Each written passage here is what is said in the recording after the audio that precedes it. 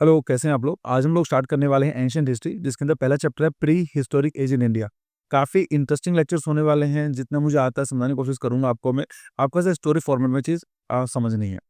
देखिए, अगर हम बात करें कि अगर हम हिस्ट्री की बात करें, तो हिस्ट्री को बोला जाता है गेटवे टू अवर पास्ट। ये रास्ता है अपने इतिहास में जाने का। अगर हम बात करें जो हिस्ट्री है, वो कहाँ से डिराइव की गई है, तो ये ग्रीक वर्ड था जिसका नाम था हिस्टोरिया। मतलब एक ग्रीक वर्ड है हिस्टोरिया, जिसका मीनिंग होता है इंक्वायरी करना, कि हम कुछ इंक्वायरी करते हैं यार, क्या हुआ, कैसा हुआ, तो यहाँ से हुआ। अगर हम इसकी बात करें डेफिनेशन की, तो it will become the investigation into the past event, कि जो पिछले टाइम में, ये पुराने टाइम में कुछ भी हुआ है उसके हम लोग स्टडी करते हैं, हम उसको बोलते हैं इन्वेस्टिगेशन, या हम उसकी बात करेंगे, हम बोलेंगे उसको हिस्ट्री। क्लियर है? तो अगर हम लोग उसकी डेफिनेशन की बात करें, तो उसका मतलब होता है सिस्टमेटिक स्टडी, मतलब एक तरीके से स्टडी की जाएगी ऑफ पास्ट इवेंट, जो पुराने इवेंट्स हुए उनकी स्टडी की जाएगी। किसके थ्रू होगी? इन्वेस्टिगेशन, कि अब जाकर उनको इन्वेस्ट करेंगे, ये सब ऐसे क्यों हुआ है, क्या चीज, इन्वेस्टिगेशन के थ्रू। कलेक्शन के थ्रू, वहां से कुछ हमें आर्टिफैक्ट्स मिले हैं, प्रूफ मिले हैं, कुछ सील्स मिली हैं, उनको हम लोग कलेक्ट करेंगे।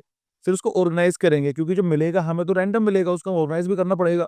एंड इंटरप्रिटेशन, उसके बाद जो भी सारी इंफॉर्मेशन है उसको समझकर हम उसको इंटरप्रेट करने की कोशिश करेंगे और द वेरियस सोर्सेस। तो ये हो गया आपकी डेफिनेशन। अच्छा, बात होती है कि इसकी इंपॉर्टेंस क्या है, कि भाई हम इतना क्यों कर रहे हैं।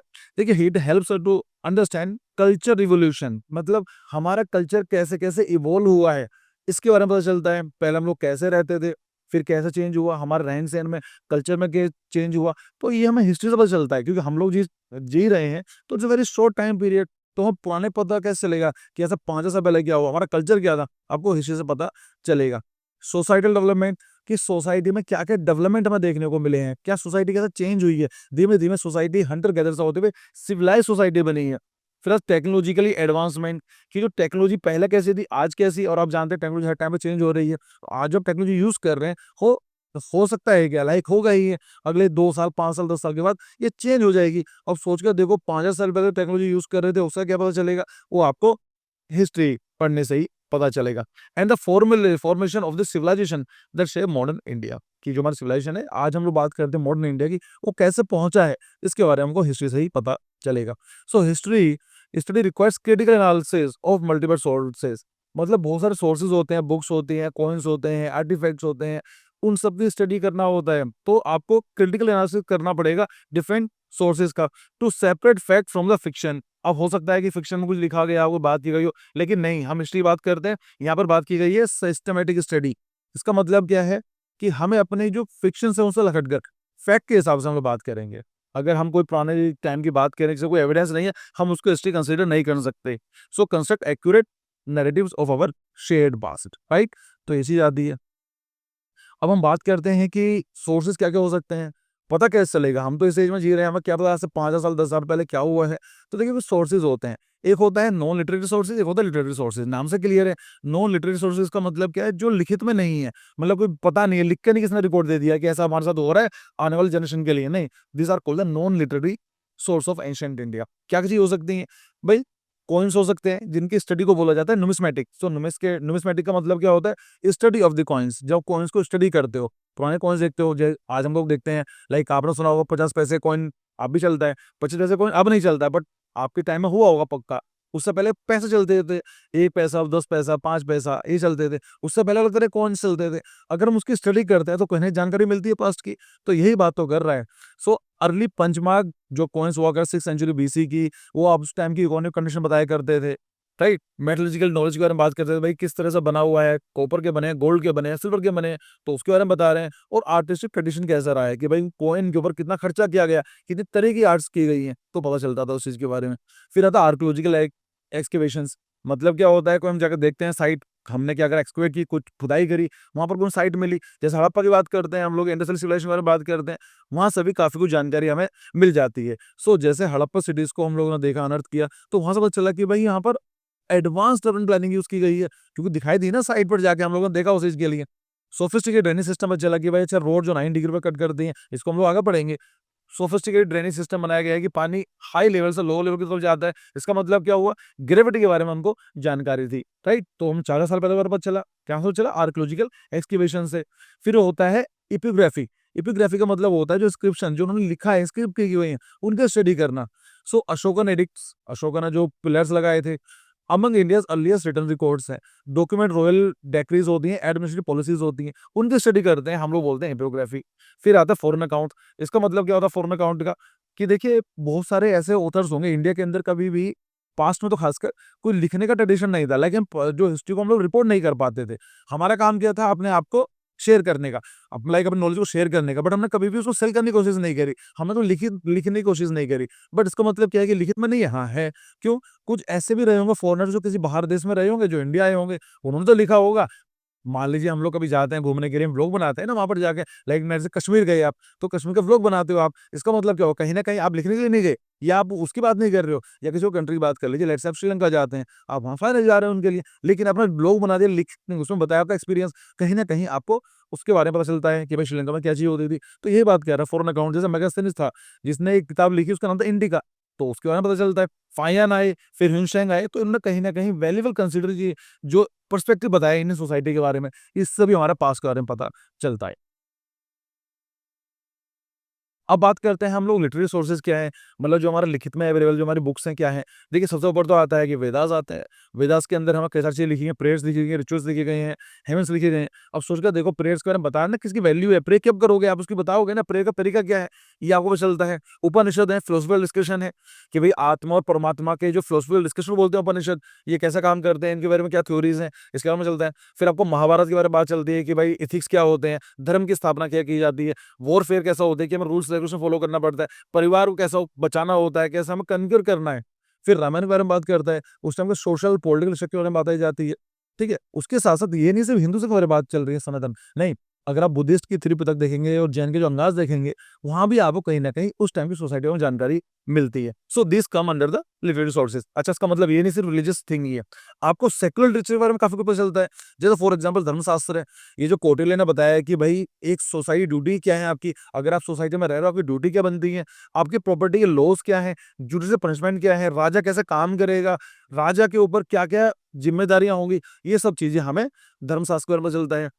फिर हम बात करते हैं अर्थशास्त्र, अर्थशास्त्र के बारे में चलता है कि ये बताता है कि आपका इकोनॉमी कैसे ग्रो करनी है, स्टेटक्राफ्ट कैसे काम करे, इकोनॉमी का हम लोग जो बात करते हैं जो आपकी अर्थव्यवस्था है, उसे कैसे चलाना है, ये भी चलता है।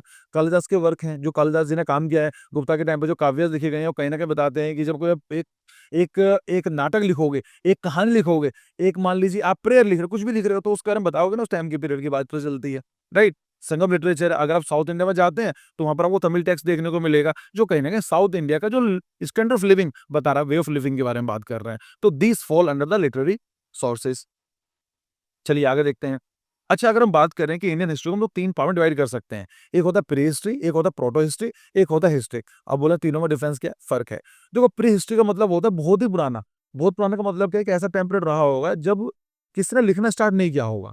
ठीक है? मतलब उस टाइम की हम बात करें प्रिमिटिव सोसाइटी, जहाँ पर लिखने का रिवाज नहीं था, लिखते नहीं थे हम लोग। That's called the pre history. अच्छा, प्रोटो हिस्ट्री क्या होती है? प्रोटो हिस्ट्री का मतलब क्या होता है? हिस्ट्री से तो पहले का टाइम पीरियड है। लिखना तो आता था, दे सीख रहे थे, लेकिन क्या लिख रहे थे वो आज हमें पता नहीं चला आज तक। मतलब हम उसको डिसिफर नहीं कर पाए हैं। जैसे इंडस वैली सिविलाइजेशन है, उन्होंने लिखा तो है, हिप्रोग्राफी की सब चीज़ दिखाई देती हैं। आपको वहाँ पर देखने को मिलता है, पिक्चोग्राफिक स्क्रिप्ट देखने को मिलती है। बट क्या लिखा है, अनफॉर्चुनेटली हम अभी तक इसको डिकोड नहीं कर पाए। तो जो ये वाला पार्ट होगा, ये पार्ट हो जाएगा प्री हिस्ट्री के अंदर। हिस्ट्री का मतलब क्या होता है कि लिखे इन्होंने लिखना स्टार्ट कर दिया था, और जो क्या लिखा है हम उसको डिकोड भी कर पाए हैं। इसको हम बोलते हैं हिस्ट्री। जैसे अगर हम उसको डेफिनेशन पढ़ लेते हैं, देख लीजिए, प्री हिस्ट्री का मतलब होता है period before the invention of the writing system. लिखने से पहले का टाइम पीरियड है। Spanning hundreds of the thousand of the year, भाई 1000-100 साल तक की बात रही होगी। Knowledge comes exclusive from the archaeological evidence. पता कैसे चलता है? भाई लिखा तो हम समझ नहीं पा रहे हैं। लिखा समझ क्या पाएँगे? लिखे नहीं, वो लिखते ही नहीं थे। बट उनके कुछ मान लीजिए पेंटिंग बना दिए, आर्टिफैक्ट्स हैं, आर्कियोलॉजिकल एविडेंसेस हैं, कॉइन्स हैं, कुछ सामान है, उनके टूल्स हैं, उनसे जानकारी मिलती है। प्रोto हिस्ट्री का मतलब क्या होता है कि रिटन रिकॉर्ड तो है, but not fully understood through their own writing. हम पता नहीं कर पा रहे हैं उन्होंने क्या लिखा है। जैसे हड़प्पन सिविलाइजेशन के बारे में बात की जाती है, या फिर अर्ली वैदिक पीरियड के कुछ हमें पार्ट देखने को मिलता है जो हम डिकोड नहीं कर पाए। हिस्ट्री का मतलब क्या होता है? Period beginning after the emergence of the writing. इसका मतलब होता है लिखने की जो कला है वो डेवलप हो गई थी, allowing society to document their own existence through the indigenous written reports supplement by the archaeological finding. उन्होंने लिखा है, उनके बुक्स हैं, उनको पढ़ पा रहे हैं, उनकी जो एविडेंसेस है उनको पढ़ पा रहे हैं। इसका मतलब क्या हुआ, सबसे ज्यादा जानकारी इसके बारे में होगी, एक्यूरेट हिस्ट्री के बारे में होगी, थोड़ी सी कम प्रोटो हिस्ट्री के बारे में होगी। इसके बारे में हमें काफी जानकारी नहीं मिल पाएगी, क्योंकि हम पता नहीं लिखना जानते नहीं थे, बस कुछ चीजों पर ही हम लोग सीमित रह जाएंगे। आगे हम बात करते हैं, देखिए स्टोन एज के बारे में बात करते हैं। स्टोन एज का मतलब आपने सुना होगा पत्थर युग, मतलब क्या है, foundation of the human civilisation in India. यहाँ बात की जाती है, सबसे पहले यहाँ से स्टार्ट हुआ, मतलब फाउंडेशन जो हुई, जो एक सेटलमेंट आज हम लोग जी रहे हैं, आज हम लोग रहते हैं अपार्टमेंट्स में, कहीं ना कहीं आज हमारे पूर्वज के देखा जाएंगे, हम लोग कहाँ रहते थे, पत्थरों के बीच में, केव्स में रहा करते होंगे। So the prehistoric stone age in India represent humanity earliest technological advancement, living behind a rich archaeological record despite the absence of the written report. भाई लिखित में तो नहीं है, लेकिन कई सारी चीजों में देखने को मिलती है। फॉर एग्जाम्पल, अभी क्या हुआ, रॉबर्ट ब्रूसफोर्ड ने एक पैलियोलिथिक टूल डिस्कवर किया है, जिसको बोलते हैं पलवरम हैंड एक्स, दिखाऊंगा अभी मैं आपको। सो कहीं ना कहीं जो हमारे एंशियंट जो इंडियन फिलोसफी है या प्री हिस्ट्री की बात करें, उसको समझने में हेल्प करता है। ठीक है, तो stone tools evolve from the crude chopping implements to the sophisticated hunting weapons. भाई जब स्टार्टिंग में सिविलाइजेशन बनेगी तो पत्थर से बनाए जाएंगे, धीमे धीमे क्या होगा, लोग उसको क्लीव करना स्टार्ट कर देंगे, शार्प करना स्टार्ट कर देंगे, तो धीमे धीमे जैसा टेक्नोलॉजी में डेवलप होती है। आज से 15 साल पहले कैसा फोन यूज आपने देखा होगा, या करते भी नहीं रहे, करते थे। 10 साल पहले कैसा, आज कैसा है, अगले 2 4 5 साल में फोन कैसे हो जाएंगे। तो टेक्नोलॉजी डेवलप होती है ना, ऐसे में टूल्स भी डेवलप होते हैं। Yes definitely. So reflect the increasing cognitive ability of the early humans in the early of the Indian सब कॉन्टिनेंट। दिखाता हूँ, देखो अगर आप फोटोग्राफ देखना चाहते हैं तो ये है, ये हैंड एक्स है और ये क्लीवर है। अब ये मैं बोलना कि सर देखकर तो नहीं लग रहा है, भाई ये उस टाइम की बात कर रहे हैं, आज की बात नहीं कर रहे हैं। आज हमारे टूल्स है, सब कुछ है, लेकिन उस टाइम में बहुत बड़ी बात हुआ करती थी। ठीक है, आगे हम बात करते हैं टाइमलाइन की। प्री हिस्टोरी के बारे में बात करें, evolution of the human technology के बारे में बात करें, देखिए पेलियोलिथिक आता है, मेगा मिसोलिथिक आता है, फिर नियोलिथिक आता है, फिर चाकोलिथिक आता है, फिर आयरन एज आती है। ये आपको पता होना चाहिए। पैलियोलिथिक का मतलब होता है, पहले का मतलब पुराना, राइट, ओल्ड। लिथिक मतलब पत्थर, पुराने स्टोन टाइम पीरियड की बात है। So primitive rough stone tools like hand axe and choppers, आपको हैंड एक्स देखने को मिलेगा, चॉपर मिलेगा, बट रफ मिलेगा, क्योंकि बहुत ही पुराने टाइम की बात है। Hunter gathering lifestyle with nomadic band following food sources. खाने कमाने में क्या करते थे, एग्रीकल्चर डेवलप नहीं हो पाया था, तो जानवरों को मारकर हंटिंग करके करते थे। हंटिंग कैसा करते थे, थोड़े हथौड़ टाइप के थे, टूल्स से उनको ही यूज करके वो करते थे। तो ये तरीका था पैलियोलिथिक। ये आपको याद नहीं करना है, 3 लाख से लेकर 10,000 साल पहले की बात चल रही है, बीसी की बात चल रही है, लेकिन थोड़ा सा बेसिक आइडिया आपको होना चाहिए। ये एक्यूरेट नहीं है, क्योंकि आप समझ 3 लाख से लेकर 10,000 साल बीसी, भाई इतना बड़ा टाइम पीरियड है, थोड़ा ऊपर नीचे हो सकता है। ठीक है, फिर आता है मिसोलिथिक। मिसोलिथिक का मतलब होता है शार्प मैक्रोलिथिक मेड ऑफ एगाइट। मतलब क्या होता है, आप टूल छोटे छोटे बनना स्टार्ट हो गए। इसके पीछे रीजन ये भी था कि जो एनिमल साइज उस टाइम पीरियड पर बहुत छोटे थे, भाग सकते थे, और वो भागने के छोटे टूल्स बनाने पड़ेंगे। सो अर्ली फिशिंग टेक्निक्स भी हमें डेवलप देखने को मिली यहाँ पर। And the beginning of animal domestication appeared. उन्होंने सोचा यार हम किसी एनिमल को मार देते हैं, इसको यूज करके खत्म कर लेते हैं, फिर हमें कल उठना पड़ेगा। सोचा क्यों ना हम उसको डोमेस्टिकेट कर लें, वो हमें मिल्क भी देगा, कई सारी चीज और वैल्यू रिसोर्सेज देगा, और हम बर्न करेगा, हम उसको एज अ मीट के लिए यूज भी कर सकते हैं। तो यहाँ से हमें बेसिक प्रीमिटिव एनिमल डोमेस्टिकेशन देखने को मिला। फिर आता है न्यूलिथिक एज। अच्छा, ये जो मिसोलिथिक थी 10,000 साल से लेकर 800 बीसी तक की थी। ठीक है, बीसी का मतलब होता है बिफोर कॉमन एरा। फिर आता है न्यूलिथिक एज, ये 8,000 से लेकर 2,000 बीसी की थी। सबसे लंबा टाइम पीरियड क्या रहा, पैलियोलिथिक। सोच को देखो, 3 लाख से 10,000 तक, 2,90,000 90,000 साल का टाइम पीरियड रहा है। मिसोलिथिक 2,000 साल का। फिर न्यूलिथिक की बात करते हैं, न्यू का मतलब न्यूलिथिक मतलब rock. So polish stone tools like dykes, basalt और डोलमाइट। अब क्या थे, टूल्स जो आने लगे थे काफी पोलिश होने लगे थे, उनके ऊपर वो शार्प आने लगे थे, पोलिश होने लगा था।